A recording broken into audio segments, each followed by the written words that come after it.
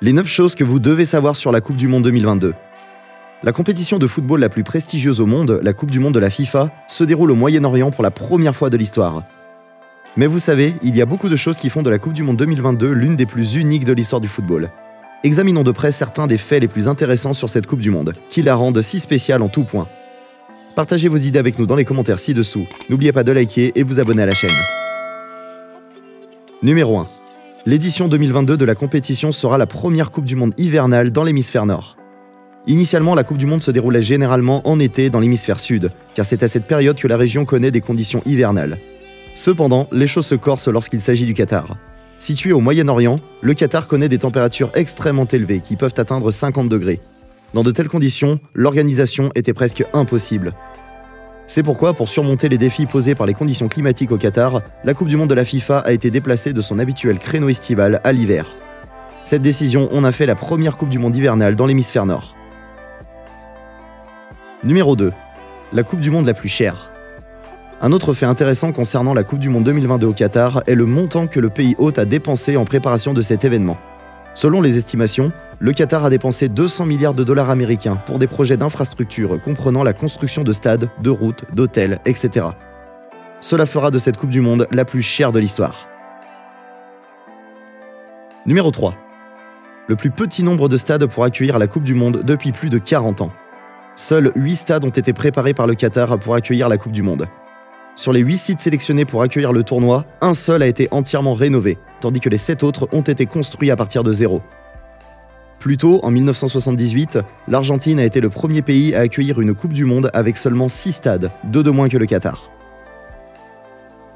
Numéro 4. Nombre record de visiteurs.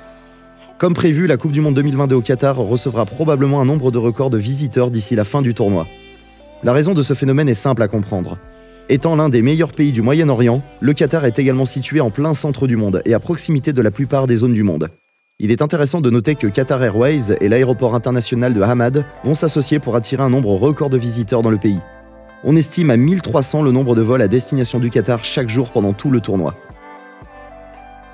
Numéro 5. Des villes faciles à visiter. Un autre fait intéressant concernant la Coupe du Monde au Qatar est sa facilité de déplacement. Comme nous l'avons déjà dit, la Coupe du Monde de la FIFA va attirer un nombre record de visiteurs au Qatar. Mais qu'en est-il des déplacements à l'intérieur du pays? Eh bien voici une chose. Le Qatar est un petit pays, donc voyager d'un endroit à un autre n'est pas un gros problème. Les villes hautes telles que Doha, Lusail, Al-Wakra et Al Rayyan sont situées à proximité les unes des autres. Si les taxis locaux aideront les supporters à se rendre dans différents endroits, le métro de Doha joue un rôle important. On estime que la ligne de métro transportera environ 1 million de personnes pendant la Coupe du Monde au Qatar. Selon les experts, ce chiffre pourrait même être plus élevé qu'auparavant et constituerait un nouveau record. Il est intéressant de noter que la ligne de métro de Doha relie tous les sites de la Coupe du Monde. Par ailleurs, les 2 stades les plus éloignés du Qatar, Al-Bayt et Al-Wakra, ne sont qu'à 130 km de distance environ. Numéro 6. Les stades sont équipés d'une climatisation centralisée. L'une des choses les plus importantes à noter concernant le pays hôte de la Coupe du Monde 2022 est le fait que la température au Qatar pendant la journée est très élevée. S'il est pratiquement impossible d'organiser la Coupe du Monde pendant l'été car les températures peuvent atteindre 50 degrés, le passage à la période hivernale a apporté un peu plus de sérénité. Le problème est-il pour autant résolu? Même les températures pendant l'hiver peuvent être assez élevées. Le Qatar a donc trouvé une solution à ce problème. Pour la première fois, un pays accueillera la Coupe du Monde dans un stade climatisé. Les 8 stades sont concernés. Numéro 7. Combler le fossé culturel entre l'Europe et le Moyen-Orient. La Coupe du Monde 2022 au Qatar contribuera à combler le fossé culturel entre l'Europe et le Moyen-Orient. Ce sera l'occasion de rapprocher les deux mondes et d'aider les gens à s'amuser ensemble. En fait, le Qatar a fait des efforts considérables dans ce domaine, et les résultats seront intéressants à analyser après la Coupe du Monde. Numéro 8. La deuxième Coupe du Monde organisée en Asie.